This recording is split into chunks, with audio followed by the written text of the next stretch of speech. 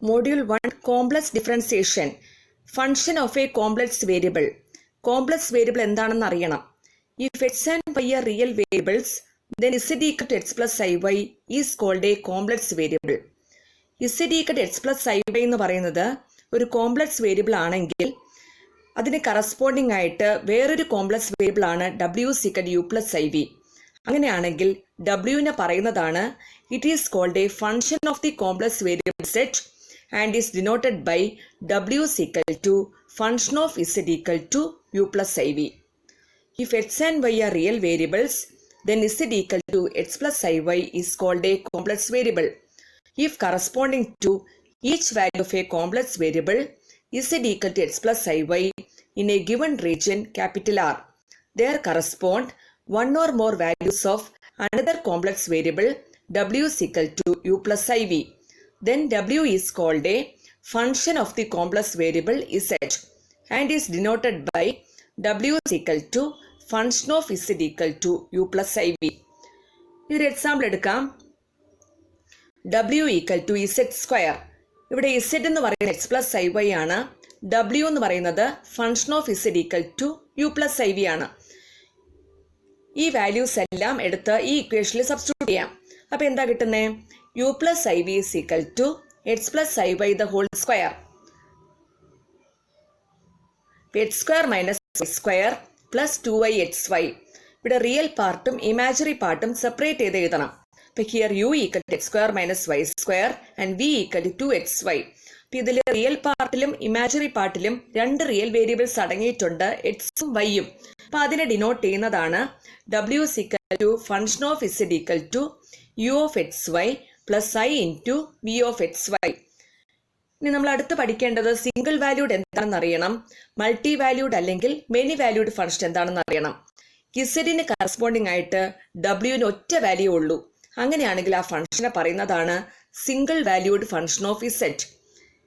ഇസഡിന് corresponding ആയിട്ട് ഡബ്ല്യുവിന് ഒന്നിലധികം വാല്യൂസ് ഉണ്ട്.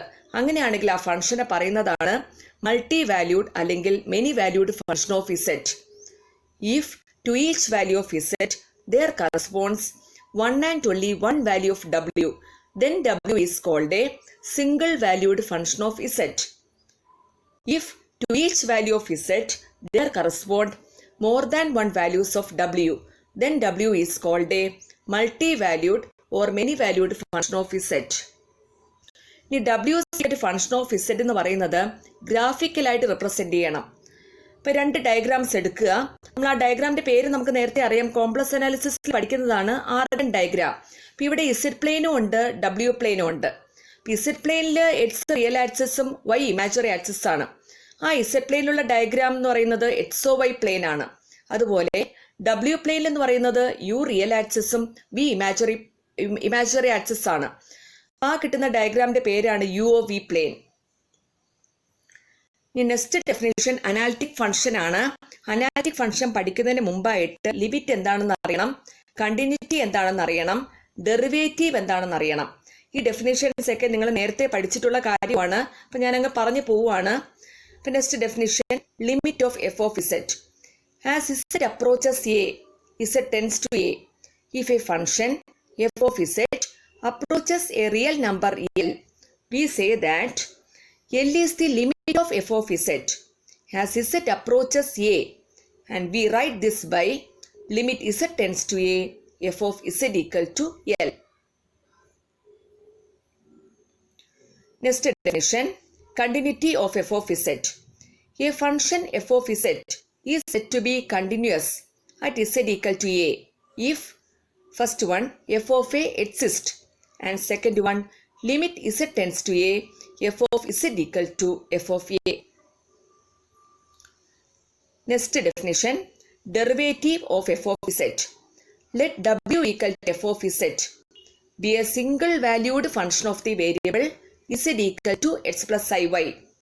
Then the derivative or differential coefficient of w equal to f of z is defined as dw by dz is equal to f dash z is equal to limit delta z tends to 0 f of z plus delta z minus f of z divided by delta z,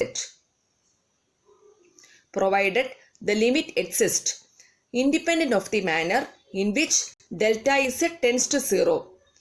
next definition analytic function. അപ്പം analytic function എന്ന് പറയുന്നത് single valued ആയിരിക്കണം. ഒരു റീജിയനിലുള്ള എല്ലാ പോയിന്റ്സിലും at least ഒരു unique derivative exist ചെയ്യണം.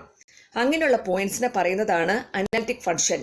Analytic ഫംഗ്ഷന്റെ വേറൊരു പേരാണ് റെഗുലർ ഫംഗ്ഷൻ അല്ലെങ്കിൽ ഹോളോമോർഫിക് ഫംഗ്ഷൻ.